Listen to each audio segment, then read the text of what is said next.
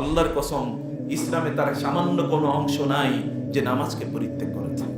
নামাজকে পরিত্যাগ করেছে, নামাজকে সে অবহেলা করেছে, উদাসীনতায় তার সালাতকে সে হারিয়ে দিয়েছে। ওয়াজুইলাত কুররাতু আইনি ফিস সালাহ, নামাজটাকে আমার নয়নের মনি, আমার অন্তরকে শীতলকারী, আমার চক্ষুকে প্রশান্তকারী বানিয়ে দেয়া হয়েছে। জুইলাত, নট জাআলতু। তিনি বলেছেন জুইলাত। It is a special privilege from আল্লাহ।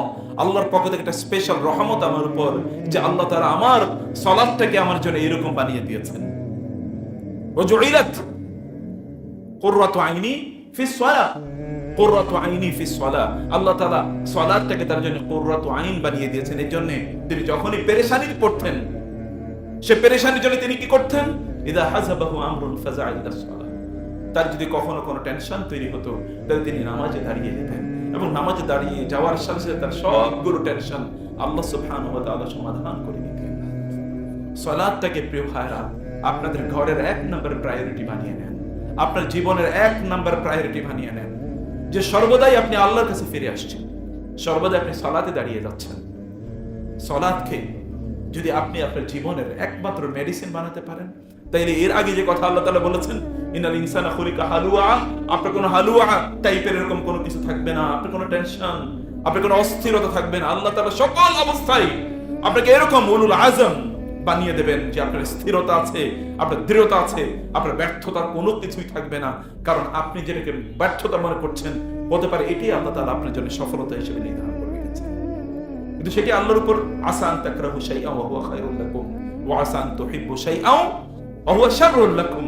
তুমি কোন জিনিসকে পছন্দ করতে পারো বা অপছন্দ করতে পারো, এটার উপর কিছুই নির্ভর করে না, যা নির্ভর করে আল্লাহ তাআলার পছন্দ এবং অপছন্দের উপর। তিনি প্যারামিটার দিয়ে দেবেন যে কোনটি তোমাকে পছন্দ করা দরকার, কোনটি তোমাকে অপছন্দ করা দরকার। সম্মানিত ভাইরা এবং বোনেরা, আমরা প্রতি মুহূর্তে গুনাহ করে যাই, অপরাধ করে যাই, কিন্তু এই গুনাহ এবং অপরাধ যে আমাদের মধ্যে কি অবস্থা তৈরি করে সেটি কখনো আমরা ভাবি না। গুনাহগুলো আমাদের কি করে? আল্লাহ তাআলা বলেছেন, মিম্মা খাতিয়াতিহিম উগরিকু ফাউদখিলু নারা। গুনার তো কোনো হিসাব নাই, সীমা নাই। গুনাহ যে করি না, কি গুনাহ যে করি না সেটাই তো বোঝা যায় না। কি গুনাহ যে করি না তাই তো আমরা খুঁজে পাবো না। এমন কোন গুনাহ নাই যেগুলো আমরা প্রতি মুহূর্তে করছি না। হারাম থেকে শুরু করে ফরজগুলো অ্যাভয়েড করা, হারামগুলো গ্রহণ করা, ফরজগুলো অ্যাভয়েড করা, এগুলো সবগুলো আমরা করে যাই। তিলকা হুদুদুল্লাহি ফালা তা'তাদুহা, তিলকা হুদুদুল্লাহি ফালা তাকরাবুহা। আল্লাহ যে সীমারেখা, বাউন্ডারি তৈরি করে দিয়েছেন, তার কাছেও যাওয়া যায় না, সেগুলো অতিক্রম করতে বহুত পরের কথা। আর আমরা তো এগুলো অতিক্রম করাই হচ্ছে আমাদের চরিত্র হয়ে গিয়েছে। প্রত্যেকটা মুহূর্তে সেগুলোকে অতিক্রম করছি। সেটি কি আমাদের ব্রেনের মাধ্যমে, কি আমাদের পায়ের মাধ্যমে। শরীরের এমন কোন অঙ্গ প্রত্যঙ্গ নাই যে অঙ্গ প্রত্যঙ্গ আমাদের পক্ষে কিয়ামতের দিন আল্লাহর কাছে সাক্ষী দিতে পারে। এমন কোন অঙ্গ প্রত্যঙ্গ আপনার আমার নাই। সবগুলোকে আমরা বিষাক্ত করে ফেলেছি, এবং সবগুলো এখন আমাদেরকে উদ্বুদ্ধ করে খারাপ কাজে। এমন একটা অঙ্গের কথা বলুন যে অঙ্গটি আপনাকে ভালো কাজে উদ্বুদ্ধ করে। সেটি আপনার মন হোক, সেটা আপনার চোখ হোক, অথবা সেটি আপনার হাত হোক, সেটা আপনার পা হোক, সেটা আপনার বেলি, আপনার পেট হোক, সেটা আপনার পিঠ হোক। কি করছেন আপনি? কোনটা আপনি আল্লাহ সুবহানাহু ওয়া তাআলার জন্য প্রিজার্ভ করে রেখেছেন যে আমার এই অঙ্গ দিয়ে আমি কখনোই আল্লাহ তাআলার অবাধ্য হইনি, অথবা এই অঙ্গকে কখনোই আল্লাহর অবাধ্যতা আমি ব্যবহার করিনি। যে অঙ্গ আল্লাহ আপনাকে দিয়েছেন এবং যার নির্দেশে সব চলে, যার নির্দেশে একদিন সব চলবে, মনে রাখবেন। যেদিন একদিন তার নির্দেশে সব চলবে, সেদিন আঙ্গুরও নাড়াতে পারবেন না, এই চোখ দিয়ে অন্য কোনো দিকে তাকাতে পারবেন না, যদি সেই দিন তিনি না বলেন। সেই দিন আগে এই অঙ্গ প্রত্যঙ্গগুলোকে তার জন্য আপনারা ব্যবহার করুন। প্রিয় ভাইরা, মিম্মা খাতিয়াতি মুগরিকু ফাউদখিলু নারা ফালাম ইয়াজিদু মিন দুনিল্লাহি আনসারা। তারা সেই দিন আল্লাহ সুবহানাহু ওয়া তাআলা ছাড়া আর কোনো সাহায্যকারী পাবে না। রাসূলুল্লাহ সাল্লাল্লাহু আলাইহি ওয়াসাল্লাম তিনি আমাদের গুনাহগুলো, আমরা যে অপরাধ করে যাই প্রত্যেকটি মুহূর্তে, কিভাবে এগুলো আমাদের ব্যক্তিত্বকে ধ্বংস করে দেয়। রাসূলুল্লাহ সাল্লাল্লাহু আলাইহি ওয়াসাল্লাম অসংখ্য হাদিসে রাসূলুল্লাহ সাল্লাল্লাহু আলাইহি ওয়াসাল্লাম সেই কথাটি আমাদেরকে বলেছেন। প্রিয় ভাইরা, সর্বপ্রথম গুনাহ আমাদের মধ্যে যে সমস্যাটি তৈরি করে দেয়, তাহলে আমাদের চেহারাগুলোকে অন্ধকারাচ্ছন্ন করে দেয়, আমাদের গোটা জীবনকে, গোটা পৃথিবীকে অন্ধকারাচ্ছন্ন করে দেয়। আপনি ফেরাউনের কথা আমি বারবার আপনাদেরকে বলেছি। ফেরাউন মাত্র শুনলে একটা শিশুর জন্ম নেবে, এই শিশু বড় হয়ে তারপরে তার রাজত্বকে ধ্বংস করে দেবে। ফেরাউন তার সিংহাসনে তৎকালীন সবচেয়ে দুর্ধর্ষ, সবচেয়ে শক্তিশালী, প্রভাবশালী সম্রাট, তার সিংহাসনে বসে সে বসতে পারে না, সে রাতের বেলা ঘুমাতে পারে না, সিংহাসনে বসে তার কোনো স্থিরতা নাই, অস্থিরতা, কেবল অস্থিরতা, কেবল অস্থিরতা। ওর যেটা করা দরকার ছিল, যেই কারণে আমার সাম্রাজ্য ধ্বংস হয়ে যাবে, এটা পরিবর্তন করা দরকার ছিল, সেটা সে পরিবর্তন না করে হাজার হাজার শিশুকে হত্যা করেছে। দেখেন না অপরাধ তাকে কোথায় নিয়ে গিয়েছে। তার যা করা দরকার ছিল তা সে করে নাই। তার রং মেথোডোলজি কোথায় ছিল, তার কোথায় তার ভুল কার্যকলাপ ছিল, এগুলোকে সে পরিবর্তন করে নাই। তার নিজকে সে পরিবর্তন করে না, সে অন্যকে পরিবর্তন, অথবা তার যে চ্যালেঞ্জ, এই চ্যালেঞ্জ কি কারণে হবে এটাকে সে কখনোই আলোচনায় নিয়ে আসে নাই, সমালোচনা নিয়ে আসে নাই। সে বরং লক্ষ লক্ষকে হত্যা করবে, কিন্তু সে নিজেও কখনোই নিজকে পরিবর্তন করবে না। আমাদের প্রত্যেকের মানসিকতা এই লেভেলে তৈরি হচ্ছে। সবাই আমরা নিজকেই পরিবর্তন করতে পারি না। কেন জানি না, কেন পারি না জানেন? কারণ একটাই, তাহলে যে আমরা অন্ধকারের মধ্যে নিমজ্জিত হয়ে পড়েছি। আমরা অপরাধ করতে করতে আমাদের নিজেদের গোটা অস্তিত্বকে, নিজেদের গোটা শরীরকে এবং আমাদের সাম্রাজ্যকে, আমরা দুটাকেই আমরা অন্ধকারাচ্ছন্ন করে ফেলেছি। আমাদের অন্তরে একটা নূর থাকার কথা, একটা আলো থাকার কথা, কিন্তু সেই অন্তরে এখন আলো নাই। এই অন্তর আমাদেরকে খারাপ কাজে উদ্বুদ্ধ করে, অনুপ্রাণিত করে। ইন্না নাফসা লাআম্মারাতুম বিসু ইল্লা মান রাহিমা রাব্বি। রব যাকে অনুগ্রহ করেছেন সে ছাড়া তো ব্যক্তিকে এমনি তার নফস খারাপ কাজে উদ্বুদ্ধ করে। ব্যক্তিগত তার নফস এমনি খারাপ কাজে উদ্বুদ্ধ করে, নফস তো এমনি আম্মারা। আর যদি ওই ব্যক্তি তার নফসকে আরো খাবার দেয়, আরো খাবার দিতেই থাকে, তাহলে তার অবস্থাটা কি হবে? প্রিয় ভাইরা, সম্মানিত বোনেরা, আমাদের অস্তিত্বের দুটো অংশ আছে। আমাদের অস্তিত্বের, আমাদের শরীরের দুটো অংশ আছে। একটা হচ্ছে ফিজিক্যাল, যেটা আমরা দেখতে পাই, আর একটা হচ্ছে আমাদের রূহ, যেটা আমরা দেখতে পাই না। একজন মৃত মানুষ এবং জীবিত মানুষের মধ্যে পার্থক্য কি? পার্থক্য হচ্ছে তার রূহটা। রূহ যদি না থাকে তাহলে একটা লাশ। কিন্তু রূহের খাবার কি? রূহকে আপনি কি খাবার দিচ্ছেন?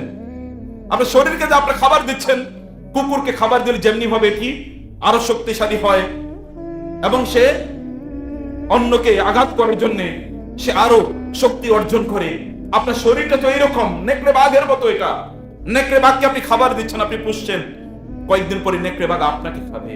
আপনার শরীরটাকে আপনি সেভাবে পুষছেন, কিন্তু যেটা আপনাকে রক্ষা করবে সেটার অবস্থা কই?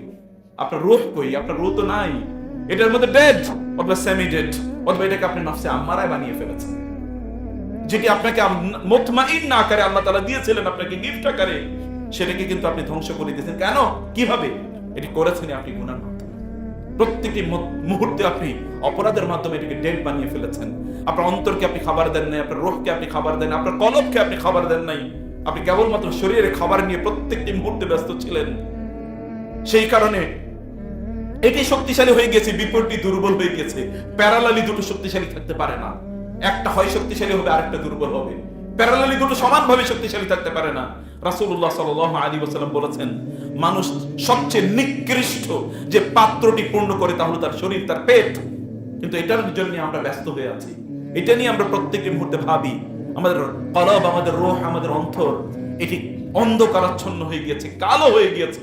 এখন এটাও আপনাকে খারাপ কাজে উদ্বুদ্ধ করে, এটাও আপনাকে খারাপ কাজে উদ্বুদ্ধ করে। এক ইহুদি এসে এজন্য আমাদের সালাফদের একজনকে বলল যে আপনারা যে বলেন শয়তান আপনাদেরকে খারাপ কাজে উদ্বুদ্ধ করে, আপনাদেরকে ধোঁকা দেয়, আমাদেরকে তো শয়তান কোনোদিনই ধোঁকা দেয় না।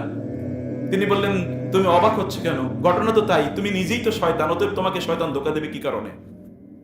তুমি তো নিজেই শয়তান হয়ে গিয়েছো, তোমার অন্তর তো শয়তানের বাসাতে পরিণত হয়েছে। আল্লাযী ইউওয়াসওয়িসু ফি সুদুরিন নাস, তোমার অন্তর তো শয়তানের বাসা, অতএব তোমাকে তো শয়তান যেভাবে মনে চায় সেভাবেই পরিচালনা করে। তোমার কাছে শয়তান আসার দরকার কি? আমার কাছেই তো আসবে, কারণ আমি তো ওকে আমার বন্ধু বানাই নাই, আমি তোর শত্রু, অতএব শত্রুর কাছেও আসবে। আঘাত তো শত্রুকে করবে, বন্ধুকে তো আর আঘাত করবে না। তুমি তার বন্ধু, তুমি আসলে তো একাকার হয়ে গিয়েছো। প্রিয় ভাইরা, আপনার অন্তরটাকে কি আপনি এরকম করে দিয়েছেন? এটাকে কেবলমাত্র অন্ধকারাচ্ছন্ন করে ফেলেছেন? এটাকে কি আলোকিত করতে হবে না আপনার? যে অন্তর দিয়ে আপনি দেখবেন, যে অন্তর দিয়ে আপনি দেখবেন, লা ইউলদাগুল মুমিনু মিন জুহরিন ওয়াহিদিন মাররাতাইন, একজন মুমিন একই ভুল দুইবার করে না। ইত্তাকু ফিরাসাতাল মুমিন ফাইন্নাহু ইয়ানজুরু বিনূরিল্লাহ, তোমরা নূরের একজন মুমিনের তার আলোকে ভয় করো, কারণ তার আলোর মাধ্যমে সে দেখতে পাবে। এটি কেবলমাত্র চোখের আলো না। ইন্নাহা লা তা'মাল আবসার ওয়ালাকিন তা'মাল কুলুবুল্লাতী ফিস সুদূর, মানুষের অন্তরে এক ধরনের চোখ আছে, আল্লাহ বলেছেন সেটাই কেবলমাত্র অন্ধকারাচ্ছন্ন হয়ে যায়, সেটি অন্ধ হয়ে যায়। আফালাম ইয়াসিরু ফিল আরদি ফাতাকুনা লাহুম কুলুবুন ইয়াকিলুনা বিহা আও আযানুন ইয়াসমাউনা বিহা ফাইন্নাহা লা তা'মাল আবসার ওয়ালাকিন তা'মাল কুলুবুল লাতী ফিস সুদূর। আপনি চোখটাকে যদি আপনি তাকিয়ে দেখতেন, আল্লাহ তাআলাকে যদি আপনি খুঁজে পেতেন, তাহলে আপনার অন্তরে এটা আলো দিয়ে পূর্ণ হয়ে যেত।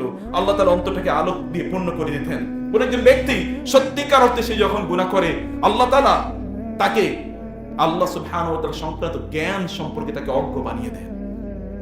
এই পৃথিবীতে আপনারা যাদেরকে মহাজ্ঞানী, বহুজ্ঞানী, ইত্যকার বলে যাদেরকে আপনারা ভূষিত করছেন, এই সকল ব্যক্তিরা তারা আল্লাহকে চেনে না, তারা আল্লাহকে জানে না, আল্লাহর ব্যাপারে তাদের কোনো খবরও নাই।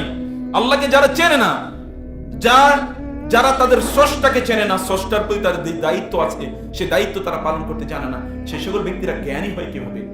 যালিমুন আল্লাহ সুবহানাহু ওয়া তাআলা বলেন যালিমুন কাফার, এটা জালিম এবং কাফের। যালিমান জাহুলা, আল্লাহ বলেছেন জালিম এবং জাহেল, এই সকল ব্যক্তিদেরকে আল্লাহ তাআলা বলেছেন মিনাল গাফিলিন মিনাজ জালিমিন।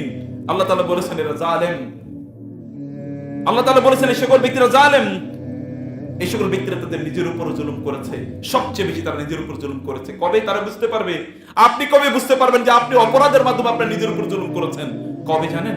যেদিন আপনি বলবেন ইয়া লাইতানি কুনতু তুরাবা, ইয়া লাইতানি কুনতু তুরাবা, হায় আমি যদি আজ মাটি হয়ে যেতাম। আপনি যখন দেখবেন সবকিছু ইয়াউমা ইয়ারাউনাহা, যে তারা দেখবে লাম ইয়ালবাসু ইল্লা আশিয়াতান আও দুহাহা, তারা মনে করবে হায় পৃথিবীর জীবন, এই সামান্য জীবনে আমরা নিজেদেরকে ভালো রাখতে পারলাম না, এই সামান্য ছোট্ট একটা জীবন, একটা আশিয়া অথবা দোহা, like an evening, like a morning, সামান্য কিছু সময়ের মতো আমরা থাকলাম এই দুনিয়াতে, সেখানেও আমাদের নিজেদেরকে আমরা ধ্বংস করে দিলাম। অনন্ত জীবন যেখানে আমরা ধারণ করব, সেটিকে আমরা এইভাবেই ধ্বংস করে দিলাম। প্রিয় ভাইরা বোনেরা, এই জন্য আপনাদেরকে যদি আল্লাহ সম্পর্কে জ্ঞান অর্জন করতে হয়, ওয়াত্তাকুল্লাহ ওয়া ইউআল্লিমুকুমুল্লাহ, আল্লাহর ভয় যদি আপনার তৈরি করতে হয়, আল্লাহর ভালোবাসা যদি আপনার অন্তরে তৈরি করতে হয়, তাহলে গুনাহগুলোকে ছেড়ে দিন। আল্লাহ তাআলা এমনিতে আপনার অন্তরটাকে আলো দিয়ে পূর্ণ করে দেবেন।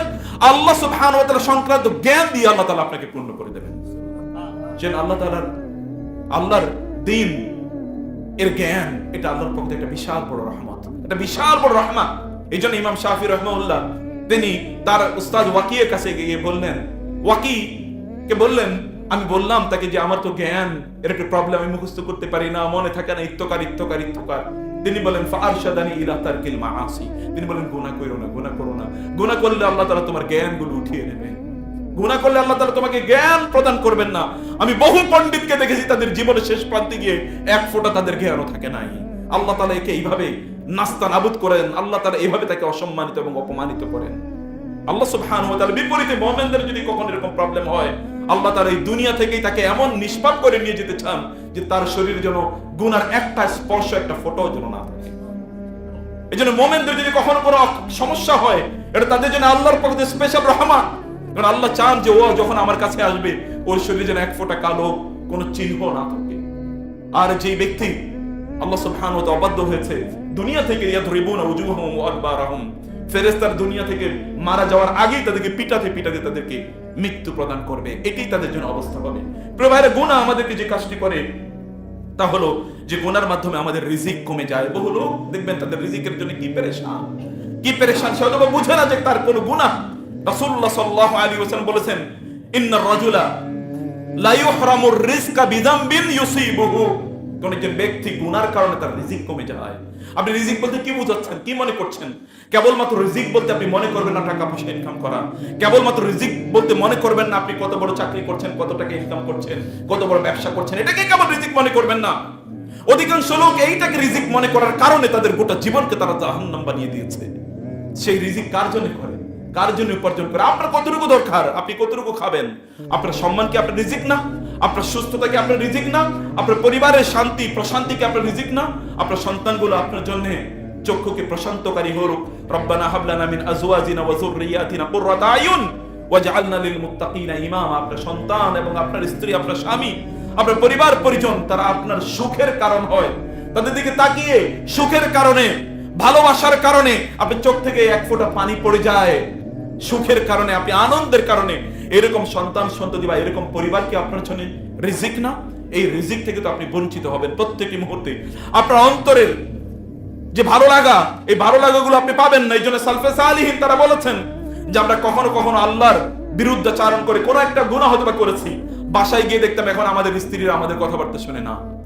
আমরা যখন বাইরে যেতাম তখন দেখতাম আমাদের বাহনগুলো আমাদের কথা অনুসারে চলে না, আমাদেরকে প্রতি মুহূর্তে বারবার ডিস্টার্ব করছে। এটা একটাই মাত্র কারণ হচ্ছে আমরা কোনো একটা অপরাধ করেছি, গুনাহ করেছি। গুনাহ করলে এই দুনিয়াতে উগরিকু, আল্লাহ তাআলা বলেছেন মিম্মা খাতিয়াতিহিম উগরিকু, আপনি গুনাহ করবেন এই দুনিয়াতে তার শাস্তি পাবেন না, হতে পারে না। আপনি দুনিয়ার এত হাজার হাজার জাতিকে আল্লাহ তাআলা ধ্বংস করে দিয়েছেন, দেখেন না একবার।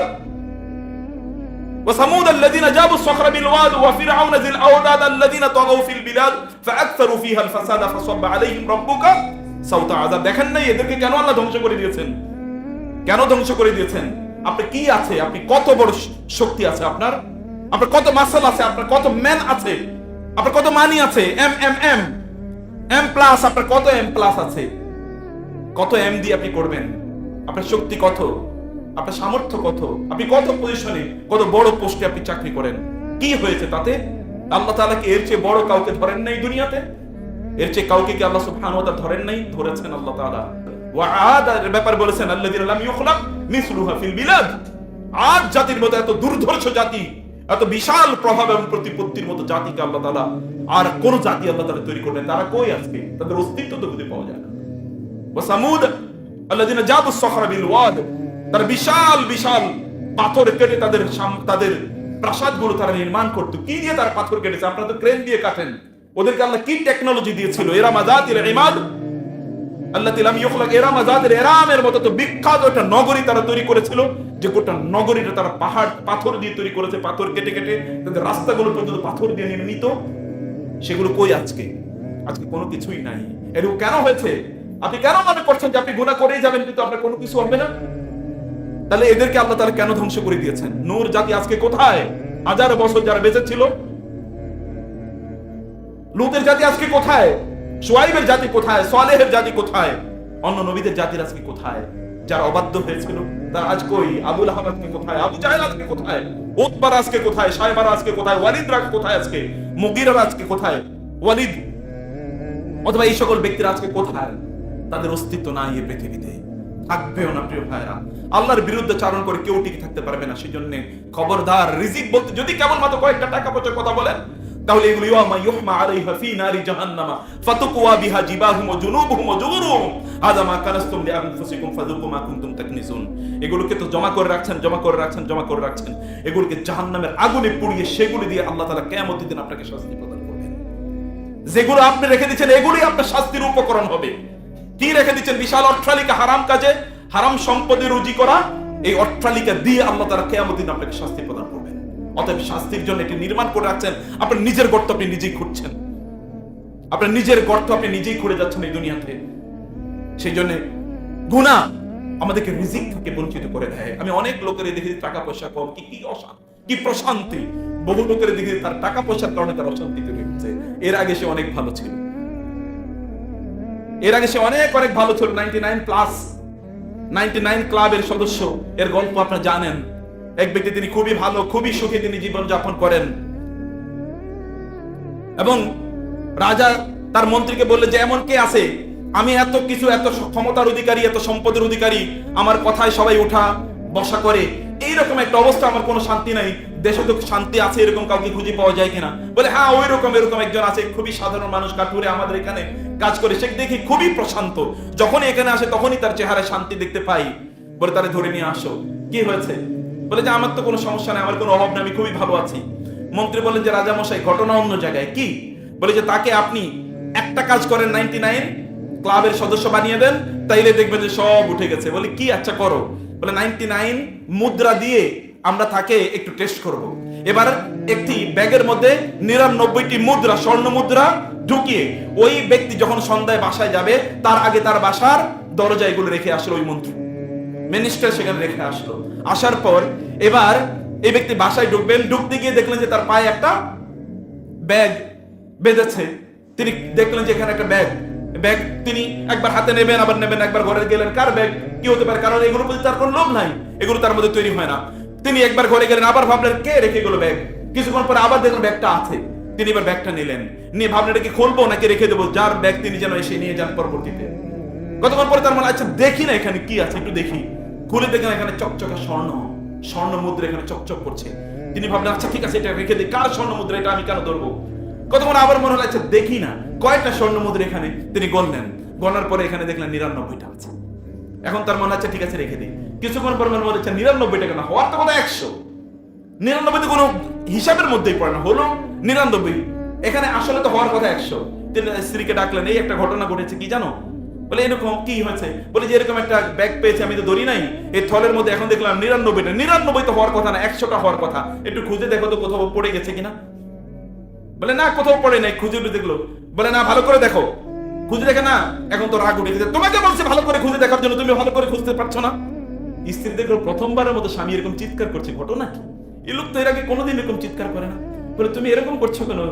তুমি একটু অন্যরকম হয়েছো। আমি অন্যরকম হয়েছি মানে? তোমাকে আমি বলেছি খুঁজে দেখো আরেকটা কোথায় গেছে, নিশ্চয়ই তুমি নিয়েছো। অবস্থা খারাপ। এখন তিনি বলেন, স্ত্রী বলেন যে আমি নেই না। এখন তিনি পাগলের মতো তিনি বাইরে গেলেন আরেকটা কোথায় খুঁজে বের করার জন্য, নিশ্চয়ই ওইখানে পড়ে গেছে। সেখানে আলো নিয়ে গেলে সেখানে পাচ্ছেন না, তিনি রাস্তায় খুঁজতেছেন, অস্থির। তিনি সারা রাত ঘুমাতে পারেন না, আরেকটা কোথায় গেছেন। পরের দিন তিনি রাজপ্রাসাদে গেলেন, তার চুলগুলো উস্কো খুস্কো। রাজা মশাই বলে কি ব্যাপার, এর অবস্থা এর কি? বলে স্যার আগেই বলছিলাম যে 99 ক্লাবের সদস্য বানাতে হবে, 99 ক্লাবের সদস্য বানিয়েছেন, এখন সে পাগল হয়ে গেছে। এখন সে পাগল হয়ে গেছে। প্রিয় ভাইরা, সম্পদ এর জন্য আপনার একমাত্র টার্গেট না হয়, এটা তো আপনার জীবনকে বাঁচানোর উপকরণ, সেটা আপনার লক্ষ্য হয় কিভাবে? কেবলমাত্র আপনার যতটুকু আছে ততটুকু নিয়ে সন্তুষ্ট থাকাই হচ্ছে আপনার ইস্যু, আর কিচ্ছু প্রয়োজন নাই। আপনি কেবল সন্তুষ্ট থাকুন। আল্লাহ সুবহানাহু ওয়া তাআলা আপনার অন্তরটাকে আল্লাহ সুবহানাহু ওয়া তাআলা প্রশান্তি দিয়ে ভরিয়ে দেবেন, এবং আল্লাহ তাআলা আপনার গোটা অস্তিত্ব থেকে দারিদ্র্যের যে ভয় ইত্যকার আল্লাহ তাআলা দূর করে দেবেন। আল্লাহর রাসূলের যে প্রশান্ত জীবন কে যাপন করেছে, কিন্তু তার কিছুই ছিল। আমি সেই আলোচনা করতে চাই না। আমি বলেছি যে হেরমান আর রিজিক, আপনি রিজিক থেকে বঞ্চিত হবেন। রিজিক আপনার ফ্যামিলি, আপনার পরিবার, একটা লাভিং ওয়াইফ, একটা loving husband, loving children, pious children, আপনার সন্তানগুলো দিনদার, এটা অনেক বড় রিজিক। আপনার পিতামাতা জান্নাতি, এটা অনেক বড় রিজিক। তারা দিনদার, এটা অনেক বড় রিজিক। আপনি ঘরে ঢুকলেই আপনার শান্তি তৈরি হয়, এটা অনেক বড় রিজিক। এই রিজিক আপনি কোত্থেকে পাবেন? আপনার শরীর সুস্থ, আপনি অনেক কাজ করেন, কিন্তু তারপর আলহামদুলিল্লাহ আপনি সুস্থ, আপনি এই রিজিক কোথায় পাবেন? আপনার অন্তরে খারাপ, কারো বিরুদ্ধে কোনো জিঘাংসা তৈরি হয় না, প্রতিহিংসা তৈরি হয় না, অথবা কখনো কারো বিরুদ্ধে আপনার হিংসা তৈরি হয় না। এগুলো কি আপনার জন্য রিজিক না? আপনি মনে করেন না? আপনার কারো উন্নতি দেখলে আপনি যদি গা জ্বলে, তাহলে বুঝতে পারবেন আপনি অলরেডি হিংসার আগুনে জ্বলে পুড়ে যাচ্ছেন, আপনি নিজে ক্ষতিগ্রস্ত হচ্ছেন। আপনার ব্লাড প্রেশার বেড়ে যাবে। লোকেরা তো তারা উন্নতি করবেই, তারা তো ভালো জায়গায় থাকবেই, তারা তো ভালো কাজ করবেই, তারা তো এগিয়ে যাবেই। আর প্রত্যেকটি কারণে আপনার প্রতিদিন ব্লাড প্রেশার বাড়বে, সুগার লেভেল বেড়ে যাবে, হাই প্রেশার তৈরি হবে, হাইপার টেনশন তৈরি হবে, ইত্যকার। You are killing yourself, you are gradually killing yourself. গুনাহ মানুষকে ছাড়ে না, কখনোই ছাড়ে না, আগেও কাউকে ছাড়েনি, আপনার মনে করার কারণে যে আপনাকেও ছাড়বে। কেবলমাত্র এই উম্মার জন্য একটা প্রিভিলেজ, যে অন্য জাতিকে আল্লাহ তাআলা যেভাবে ধ্বংস করে দিয়েছেন এভাবে ধ্বংস করবেন না, কালেক্টিভলি ধ্বংস করবেন না, কিন্তু ইন্ডিভিজুয়ালি ধ্বংস করবেন না, এই গ্যারান্টি কাউকে দেওয়া হয় না। ইন্ডিভিজুয়ালি ব্যক্তিগতভাবে কাউকে ধ্বংস করবেন না, এই গ্যারান্টি কাউকে দেওয়া হয় না। চোখটা যদি থেকে থাকে তাহলে খুলে দেখুন কিভাবে আল্লাহ তাআলা ধ্বংস করে দিয়েছেন। প্রিয় ভাইরা, আমাদের অপরাধ যখন আমরা করি, গুনাহ যখন করি, তখন একটা একাকিত্ব ফিল করবেন। আপনি কেবল একাকিত্ব, কোনো কিছুর মধ্যে কোনো শান্তি নাই, কোনো প্রশান্তি নাই, এগুলো আপনি ফিল করবেন। এই অনুভূতি আপনার মধ্যে তৈরি হবে। আপনি একাকিত্ব সর্বদা, আপনি মানুষের মধ্যে আছেন, তারপর আপনি আনমনা একাকিত্ব। কিন্তু আল্লাহ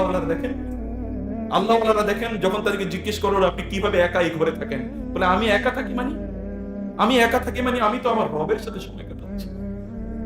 আল্লাহর সাথে সময় কাটানোর মজাটা কি? যারা সালাফরা তাদেরকে একটু দেখেন। ইবনে তাইমিয়াকে যখন কারাগারে নিক্ষেপ করা হলো, ইবনে তাইমিয়া বললেন ওদেরকে আমার ধন্যবাদ জানানো দরকার, কারণ আমার রবের সাথে একাকী কিছু সময় কাটানোর সুযোগ ওরা আমাকে তৈরি করে দিয়েছে।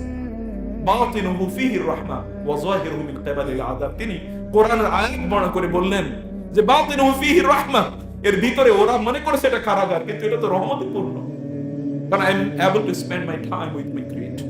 আমার রবের সাথে আমি সময় কাটাতে পারি, আমার রবের সাথে আমি কিছু ইন্ডিভিজুয়াল সময় কাটাতে পারি। এখানে যারা আছেন অনেকেই আছেন, আপনি যখন একাকী হন তখন কেমন লাগে আপনার বলেন তো? আপনি যখন একাকী তখন আপনি কি করতে মনে চান? যদি আপনি একাকী থাকেন, এটা যদি আপনি একটা অপরচুনিটি হিসেবে গ্রহণ করেন যে আমি একটা অপরচুনিটি পেয়েছি, আমি 2 রাকাত নামাজ পড়ে এখন ইচ্ছা পূর্ণ করে একেবারে মন ভর্তি করে আমার রবের জন্য আমি কাঁদব। যদি এই ফিল আপনি কখনো তৈরি করতে পারেন, তাহলে বুঝবেন সত্যিকার অর্থে আপনার ঈমান আছে, বা আপনার ঈমান দ্বারা টইটুম্বর হয়ে আছে আপনার অন্তর। আপনি যখন একাকী থাকেন, কেউ নাই, দ্রুত আপনি কোরআনটি নিয়ে মনের মাধুরী মিশিয়ে মনকে একেবারে কান, মন এবং আপনার চোখ এগুলোকে একাকার করে দিয়ে আপনি কোরআন তেলাওয়াত করলেন, আপনি একটু উপলব্ধি করলেন, আপনার রবের প্রেজেন্সটাকে আপনি একটু উপলব্ধি করার চেষ্টা করলেন, আপনি লম্বা সেজদায় গিয়ে আপনি সেখানে টুকরে টুকরে কাঁদা শুরু করেন, রব তুমি আমাকে আজিরনি মিনান নার, তুমি আমাকে জাহান্নাম থেকে বাঁচাও, তুমি আমাকে জান্নাত প্রদান করো। এইরকম একটা অনুভূতি, এরকম অনুভূতি প্রিয় ভাইরা, এটা কেবলমাত্র গুনাহমুক্ত জীবন যাপন করলে পাওয়া যায়। আর যদি আপনি গুনার মধ্যে থাকেন, চারিদিকে আপনার হিউজ লোকজন, তারপর দেখবেন একাকী কেউ যেন আপনার নাই। বিশ্বাস করুন আল্লাহর কসম, যে সকল ব্যক্তিরা গুনাহগার, ওদের যত ক্লোজ বন্ধু হতো থাকুক না কেন, প্রচন্ড প্রচন্ড জীবন দিয়ে দেবে এরকম জানের জান টাইপের কিছু বন্ধু, বিপদে পড়েই দেখেন ওরা সবার আগে সেখান থেকে পালাবে। এরকম যুগ যুগ ধরে ঘটে নাই? যুগ যুগ ধরে ঘটেছে এবং ঘটবেই। কারণ আল্লাহর অবাধ্য, আর অন্যদিকে দেখেন যারা আল্লাহর বাধ্য, তাদের জন্য অন্যরা কিভাবে তাদের জন্য ঝাঁপিয়ে পড়ে আল্লাহ তাআলা ব্যবস্থা করে দেন।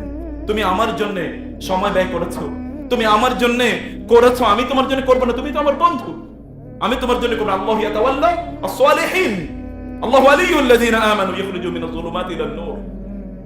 আল্লাহ তাআলা তো মুমিনদের বন্ধু, তাদেরকে তিনি অন্ধকার থেকে আলোর পথে নিয়ে আসবেন, বিপদ থেকে তিনি তাদেরকে আলোর পথে নিয়ে আসবেন। এটা আল্লাহ সুবহানাহু ওয়া তাআলার, এটা তার কমিটমেন্ট। আল্লাহ সুবহানাহু ওয়া তাআলা তাই করেন, যুগ যুগ ধরে তার বন্ধুদের জন্য আল্লাহ সুবহানাহু ওয়া তাআলা সেই কাজটি করেছেন।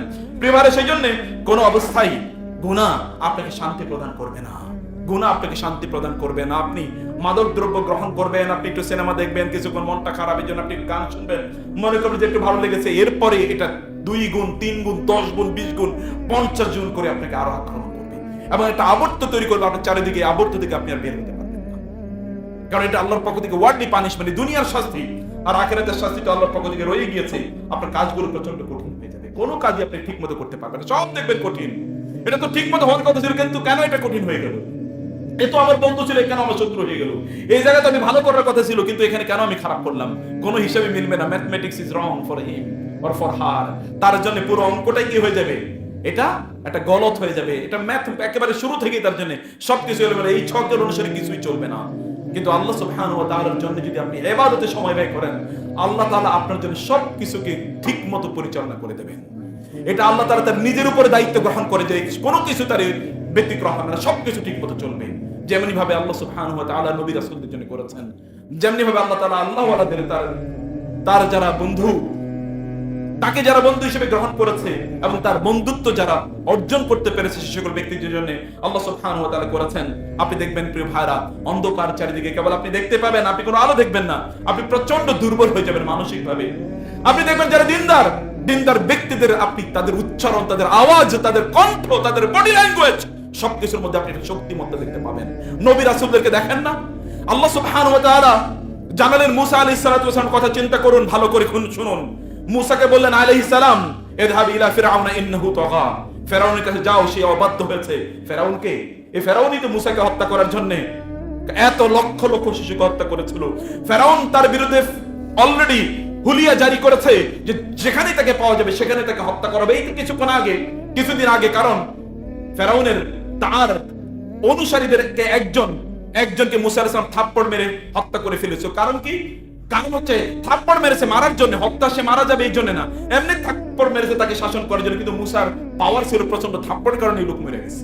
কারণ একবার তিনি আরেক ওই যে মৃত্যুর ফেরেশতাকে থাপ্পড় দিলে তার চোখই অন্ধ হয়ে যায়। তিনি কিন্তু প্রচন্ড পাওয়ারফুল নবী, সাধারণ নবী না। এই পাওয়ার কোত্থেকে এসেছে? কোত্থেকে পাওয়ার এসেছে? আল্লাহ বলে এই যে ফেরাউন তাকে বলেছে তাকে যেখানে পাওয়া যাবে সেখানে হত্যা করবে, সেখানে বললেন যে যাও, ইযহাব ইলা ফিরআউনা ইন্নাহু তাগা, ইযহাবা ইলা ফিরআউনা ইন্নাহু তাগা ফাকুলা লাহু কাওলান লাইয়িনা। দুই ধরনের আয়াতে কোরআনে আছে, ভাইকে নিয়ে যাও অথবা একাকী যাও। সেখানে যাওয়ার সাহস করতে গিয়ে আসলে আপনি বলেন তো, আপনার এই এলাকার সবচেয়ে বড় মাস্তান, এই মাস্তানের কাছে আপনাকে একা পাঠানো হলো, কারণ ও আপনার বিরুদ্ধে যেখানেই পাওয়া যাবে এখানে আপনাকে হত্যা করবে। জানতো দেখি ইমানটা কোন লেভেলের। আপনি তো কথাই বলতে পারেন না ভয়ে, আপনার একটা পালসপিটেশন শুরু হয়ে যায়, কোনো কথাই বলেন না ভয়ে, মুখের মধ্যে একেবারে কোন এটে থাকেন, তাই না? কোন অন্যায় দেখলে কোনো লোক কথা বলে না। সবচেয়ে বড় প্রবলেম তাহলে এই জাতিকে ইউশিকা ইয়াউমাহুমুল আযাব। রাসূলুল্লাহ সাল্লাল্লাহু আলাইহি ওয়াসাল্লাম বললেন, অন্যায় দেখলে কেউ যদি অন্যায়ের প্রতিবাদ না করে তাহলে গোটা